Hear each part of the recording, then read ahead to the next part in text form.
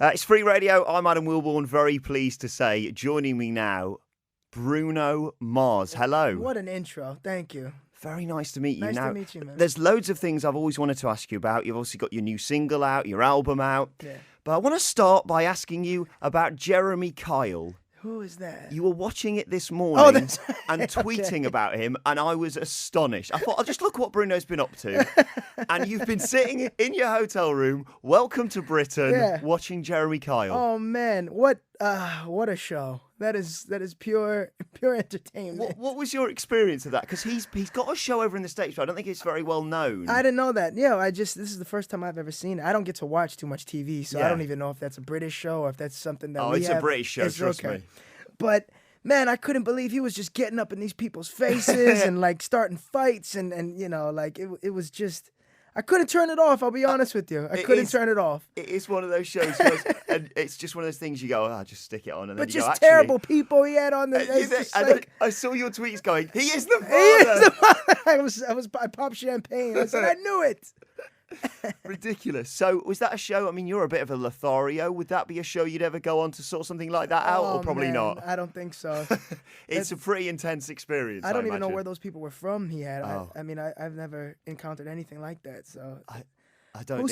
How do you sign up to do something like that? I don't know. I don't want to know. I don't think. I don't know where he gets them from quite. But I love you on Twitter. Thanks, I mean, man. you tweet about things. Normally, it's just, the stars will be like, I'm doing this or I'm selling this. But you're talking about you've got a silverback gorilla in your head. You do this chat with your fans. Did you see that? Yeah. What's all that about? A silverback gorilla in your head? Because that was. They always ask me like silly questions, and I always I'm always going back and forth which ones. Some of them, I got some funny fans, man. And that was a question. It's just like, what animal is in your brain? Crazy. Of course, a silverback gorilla. Naturally. I mean, he's on the cover of Unorthodox Jukebox, so it has to be him. I actually wrote a song called Gorilla. It was the first song on this album that I wrote, and it really set the tone for, basically we had no boundaries after we wrote that song. Wow. So it became the mascot. That's why I put him on the cover. Good. And that's why he's in my brain. That's why forever. he's now randomly in your brain. So you're talking about the new album. It's called Unorthodox Jukebox. It's out on the 10th of December. Mm-hmm. So it's a bit of a different sound. I mean, coming from that first album, I think so. Suppose you had to do something special because that was a huge first album. Oh, I hope all my albums are gonna feel like that. I feel like it's 2 years later. That's the best way I can describe the change. And I hope that every time I put out an album, it sounds different, and I'm not regurgitating the same stuff that and I keep on learning. So this album, man, was very hard and amazing experience, and I couldn't be happier with the way it turned out. I mean, the first single, "Locked Out of Heaven," is it's so catchy. Thank you. It just everyone is talking about it at the moment. And working on the album, I mean, you worked with your usual writers and producers, and you worked with Mark Ronson, of course, a very famous British producer. That's how right. was all that coming together? I've always wanted to work with Mark. I mean, before my first song was even on the radio, I was a big fan. He's such a genius when it comes to recording live instruments, and I'm a big fan of live. And it's very easy to, especially when you're doing soul records or R&B records, when you're recording live instruments, very easy to get into like a smooth jazz or adult contemporary kind of feel. But Mark Ronson just knows how to do it to make it like bump in the club. And I just, I'm a big fan of his musical taste, and I just wanted to see what happens if I got him in the room and we got to do something. And it turned out to be a great guy, and he's my good friend now, and I love working with the guy, and I know I'm going to work with him for, a lot more after this. Oh, it's great news to hear that. I really enjoy reading about your inspiration behind tracks. Reading today about "Money Make Her Smile," one of the tracks from the album. Tell us about the inspiration behind that, because I don't want to influence this answer. One night after a show, right. we were in Paris, and we had the day off the next day, so we all wanted to go out. We ended up going to this real seedy strip club. And it's a real hole-in-the-wall strip club. And I walked in there, we're all having fun. I guess the DJ recognized me. And he said, "Ladies and gentlemen, we got a special guest in the audience. We got Bruno Mars in the audience." And, I was just like, dang it. So that wasn't bad enough. But then this poor woman gets up on stage, and the DJ puts on "Just the Way You Are," which is probably the worst song the last song you want to hear at a strip club, and the worst song to dance to or try to be sexy to, because it's, it has nothing, it's like the exact opposite meaning of that. It's just a beautiful love song, and that's the last thing you want to see. So I looked at the girl, and she looked at me, and I just said, I'm so sorry. So with this album, I said, it'd be nice to have a song that if I ever get in that situation, if I'm ever in Paris again and I'm in that strip club, that they'll have something to play that I'll feel confident about. Like, yeah. So when you get the album, Unorthodox Jukebox, listen to Money Make Us Smile and consider it Bruno Mars' strip club backup plan. That's what it was supposed to be that night. Okay, fair enough. I don't even need to ask any more about that. And the next single which is going to come out is really a really different sound. Moonshine sounds amazing. Moonshine, yeah. I love it. Thank you. And again, the inspiration behind that is incredible. You drank moonshine, then went to the studio? That's it. Me, Mark Ronson, and Jeff Basker. We were in California, and before we didn't really dive into anything yet. And we all had a night together, and we went out to a spot, and there was moonshine on the menu. You don't say no to that. You can't say no to that. So we start drinking that stuff, man, and we just had a great time. And I, even more so just because I watched these guys, Mark Ronson and super producer, and Jeff Basker, another super producer. And these guys are having fun talking about music and enjoying the night. So the next day we go in hungover. Everyone's stumbling in the studio, and we get to work, man. And I start singing about moonshine, about the night we had it before, and what a great time we had.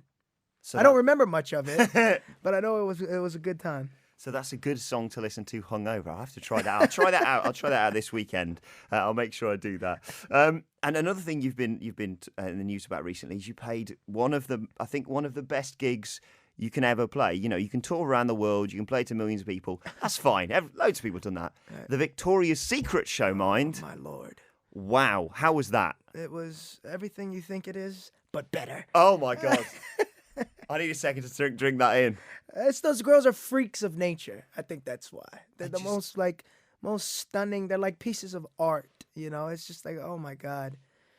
God did you right. It's just, this is the only thing. I really like chatting to you, Bruno, but I feel we're going to fall out because you've experienced this and I haven't. Oh man, I wish every guy could have experienced what I experienced. The best part of it is that I got to sing this song that I wrote on the album, and this was all unplanned. I got to sing this song called Young Girls on the album.